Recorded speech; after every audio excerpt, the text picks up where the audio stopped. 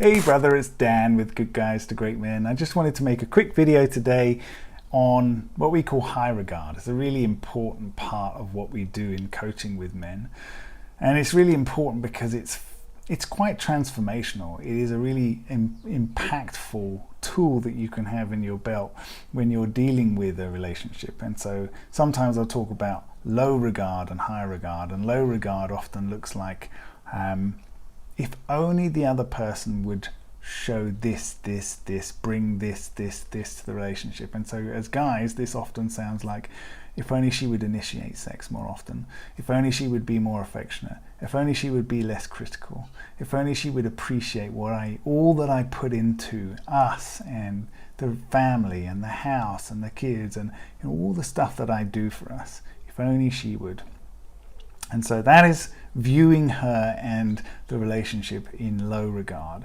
And if you find yourself oftentimes kind of muttering around under your breath, frustrated, comparing her to other women and other relationships and asking yourself, why am I here? Constantly putting pressure on yourself, you are absolutely holding the relationship and her in low regard. And during that, you will be creating this pressure and this feeling of hardness and a lack of love and a lack of understanding and a lack of respect between the two of you, which is picked up by the other person. So that is low regard. And what is high regard? Well, high regard is the opposite. High regard is loving somebody else without needing a reason for it, right? Just because of who they are, the person that they are, the woman that she is. Just love her for that. That is high regard. How can you do that? Well, that's because I respect who she is as a person.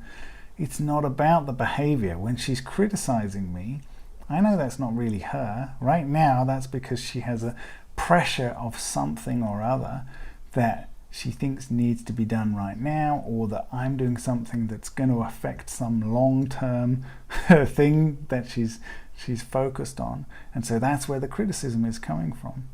And in actual fact, a lot of the time the criticism can be very beneficial. In a work environment, when people criticize us, we look at it and we go, okay, what in there is useful? Oftentimes there's lots of really useful information in there, but when it's our romantic partner, we've given them this power to have the ability to tell us how we feel about ourselves. Even when we're just talking about something ridiculous like, washing the floor, taking the trash out, filling up the dishwasher, all that stuff.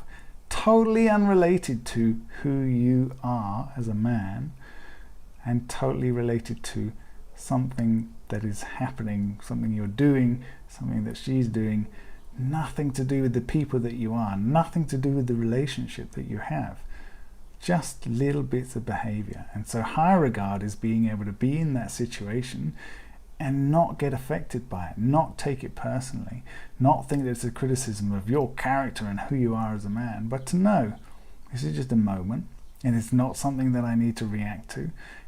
But there is some useful information in here. Why is the other person upset about it? That would be interesting to understand. What is it in particular about the thing that we're arguing about, or that I'm noticing criticism coming about, that is so important? Because there's something in there that's important that would be really useful to find out if you can get to the bottom of it, right? It's not about you, it's about something else. So what is that? You have to be able to hold first yourself in high regard, right? I respect myself greatly. I know who I am, and I know what I bring to this relationship, and I know what I bring to my life and where I'm headed. So that's the first thing, having high regard for yourself. And then you're able to have high regard for the other person and for the relationship from that place of self-respect. Otherwise, we're always kind of scrabbling around, needing to get our sense of self-respect, our sense of love, our sense of worth from the other person. We're always chasing it. And I can guarantee you, if you're always chasing and needing somebody else to give you that sense of self, that sense of worth, that sense of love, they are at some point going to run away from it, right? They're at some point going to feel this is so much pressure. You can understand it from a child who is wholly reliant on an adult for that sense of love, for that sense of belonging. But for a grown-up, We need to be able to find that in ourselves, and that comes down to knowing who you are. That comes down to knowing what it is you want. It comes down to having a very clear path for yourself in regards to your life, in regards to how you show up, in regards to how you interact with other people. So this is what high regard is all about. It's not an easy thing to do. This is why our coaching programs take time over months, because we have to build a foundation of who you are, a foundation of love for yourself, a foundation of confidence in the way that you think about and approach your life, your relationship, your career, all of that stuff. And it starts first and foremost with you, because if we don't have that foundation in there first, you're going to crumble whenever somebody else comes along with some differing opinion, or whenever somebody's having a crappy day and their mood is going up and down, it's going to affect yours too. So that's it for today. High regard.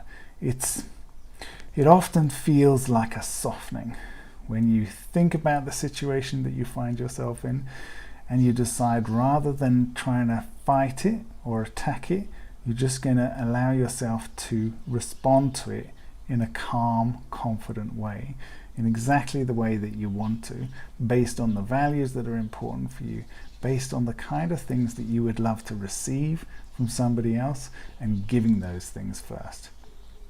That's it for today. Take care, guys. Bye.